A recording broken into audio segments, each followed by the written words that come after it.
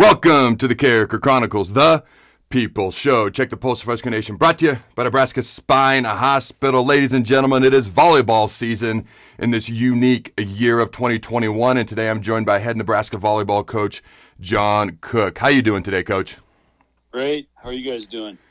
Oh, doing awesome. And it's funny, you're like, there's not a whole lot to talk about right now. Obviously, the match versus number one in the country, Wisconsin, was just canceled. And actually, I wanted to talk to you about what you've seen from your team so far this year. You're 7-1. You had the great battles with Minnesota about a week ago. You were supposed to play Wisconsin. Obviously, that's been pushed back. But what have you seen from your squad so far this season?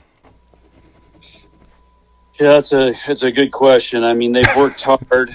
I've seen a lot of disappointment, and we've now had 4 matches canceled. Yeah. They're almost have become a little bit numb to it. But I think, they're missing plan, which is good. And, but like I said, they continue to work hard. We're training hard. They're putting everything into it. But you just kind of, each day, and these cancellations happen right before we're supposed to go travel or play. And it's just like every day you're just wondering, okay, what's going to happen today? So it's a stressful time for them.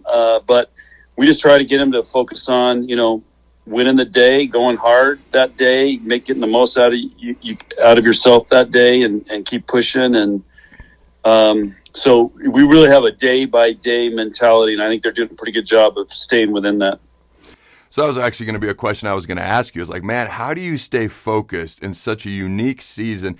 The only thing I've ever experienced that's even close to something like this was we'd have a few games, like my rookie year, we're going to play the Kansas City Chiefs in the preseason, and Lightning, the game gets delayed 3 hours. And my God, I had an insane hard time refocusing, getting ready to play, and it was only 3 hours. So trying to, are we going to play? Are we not going to play? And obviously you were going to have a chance to play Wisconsin this past weekend. It wasn't able to come to fruition. You're going to play them at some point. So what do you see out of a team like Wisconsin, who's ranked number 1 in the country right now? Well, they've played really well. They've probably, statistically are the best team and have played at a really high level. They haven't had any matches canceled, and so they played, I think, 10 matches. Now, of course, they have this past weekend canceled. Yeah. But they've got a couple great players and a great freshman. And but I also felt like, we've gone to another level from last year, and it would have been really fun to see, how we stack up against them. And I think our team had a pretty deep belief that we were going to go there and win. So I love that, by the way. So I want to talk about the Minnesota matches, because a little over a week ago, you played on Friday, you played again on Sunday. And I loved what I saw and how your team reacted, because on Friday, Minnesota showed that they were the better team on that particular night. On Sunday, you guys showed that you were the better team on that particular day. Talk about the turnaround and the attitude and what that takes to bounce back against a top 5 team and to bounce back a couple days later, play them again and beat them, and how something like that happens. Well, a couple things. One, Friday night, I didn't know what team I was watching. And Minnesota did play well, but we played completely out of what we've been training. And I think with the way the season's gone, we hadn't really been tested or pushed. Minnesota had been in a couple tough matches, some 5-game matches, so they were just much better prepared to play tough at the end and handle that. We didn't handle it very well. We could have won that match pretty easy. There was a couple plays we missed that would have turned it for us. And anyway, pretty disappointing. So I thought our team responded really well. It's like a prize fight or football team. You get punched in the gut. How do you come back? You get hit in the mouth. How are you going to respond? And I really liked how our team responded on Sunday. And it was Sunday morning match, 11 o'clock, and sometimes it's hard to get up for those, but we came out and played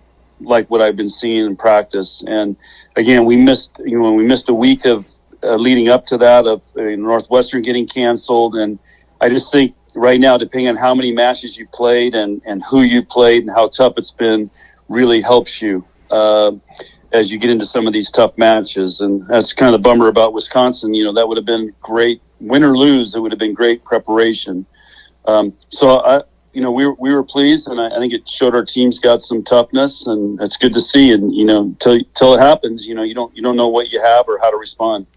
Yeah, I was watching that, and on Friday it was 1-1 in the sets, and man, you guys, I think it was 24-22, and you just needed one more point, and then Minnesota came back and won, and obviously they won the next match, but then you came back on Sunday, and you not only beat them, you swept them. So I thought that showed great resolve and mental toughness. I thought that was freaking awesome.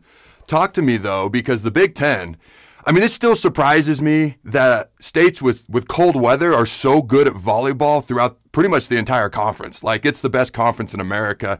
So talk to me about playing week in and week out versus top 10, top 5 ranked teams and what that's like for your team and as a coach as well. Well, we're used to it. It's just part of the deal being the Big Ten. Yep. But, there's teams that, the matches become a little bit bigger than maybe they are. You play Penn State or Minnesota, Wisconsin. I mean, for us, those are in our fans. There's more hype, there's more interest, but still, there's some very good teams. I mean, Ohio State is undefeated, and everybody's a little bit surprised. But you got to remember they beat Wisconsin last year, and they pretty much returned the whole team. But they just went 5 with Rutgers, and we're won 16-14 in the 5th. So and everybody thinks Rutgers is kind of the doormat of the Big Ten volleyball. Well, they're pretty good. Yeah. And you've got to show up and play. So the range top to bottom is really good in the Big Ten, and there are no easy nights. And I think our players just understand that and embrace that, and how we train, how we prepare. We treat each week the same, and that's kind of just it's part of our DNA here in Nebraska volleyball. I may be completely and utterly biased, but I think Big Ten volleyball is better than SEC football. So, again, that's my bias, but I'm going to stick with it. All right, now I'm curious because, and fans, at first it was so weird, for me anyways, but now we've kind of become used to watching games on TV and not a lot of crowd noise and cardboard cutouts and things of that nature. What's it been like for your team to get used to, like at home, not having that home court advantage? And correct me if I'm wrong, but did you guys actually choose not to have crowd noise or anything like that pumped in at your home games as well? Yeah, we nixed, the players nixed the crowd noise. We tried it, experimented with it, and did not like it. It was so fake. Okay. So then now we do music in between points just to try to keep some, mainly because we were doing that because the TV people or radio, the microphones down there were picking up everything, everybody talking, players talking. So they don't want that on TV. Yeah. So they put in music to kind of drown that out. But I'll be honest with you, it's really, it's just, there's just something missing. Mm-hmm. And I have a hard time watching stuff on TV as well, just without the crowd. Like, I want to turn on and say, okay, it's Duke basketball. Let's see what are the Cameron crazies doing, and they're just cardboard cutouts. And so I miss that. I think our players really miss it, and it doesn't feel as important or as big time as it normally would. And so that's part of the student athlete experience that is getting cheated right now because of COVID. For sure. And you got to be careful what you say on the sidelines there, Coach. I don't know if you saw that FCS football game, because they've started playing FCS games, and the one ref was like, I can't hear any thing, when he's swearing, but you can hear it everywhere, and they put it online. So it's kind of weird, the world we live in right now. Yeah. So the NCAA tournament, as I'm sure you know, is going to be played this year in Omaha. Now, does that light a little bit of extra fire? Is that something that excites the team a little bit more? Is that even on your radar at this moment? We don't really talk about it. They know it's there, but it hasn't felt like it has in the past. And again, I think mainly because we're just focused on day by day, one day at a time. And, I don't even know. I mean, how do you get there? What do you have to do to get there? How many teams? They're only taking 48 teams, and 30 of them or 32 of them are automatic qualifiers. So there's no RPI. There's just some teams aren't playing right now. Some teams are playing. So it's just a weird deal. And but I think in the back of our mind, our players know that, and we haven't made a big deal about because we're just trying to focus on the moment. Talk to me about someone who's been a cornerstone of your team for the past few years, and that's Lauren Stivens. And talk to me about other players who've stood out to you this year as well. Well, I'm really happy with our seniors. They've kind of held this whole show together because there's been so much downtime and so much time where we haven't, had, they weren't allowed to work out. They weren't allowed to do this. They're online in school. So they've done a really good job of keeping our group together.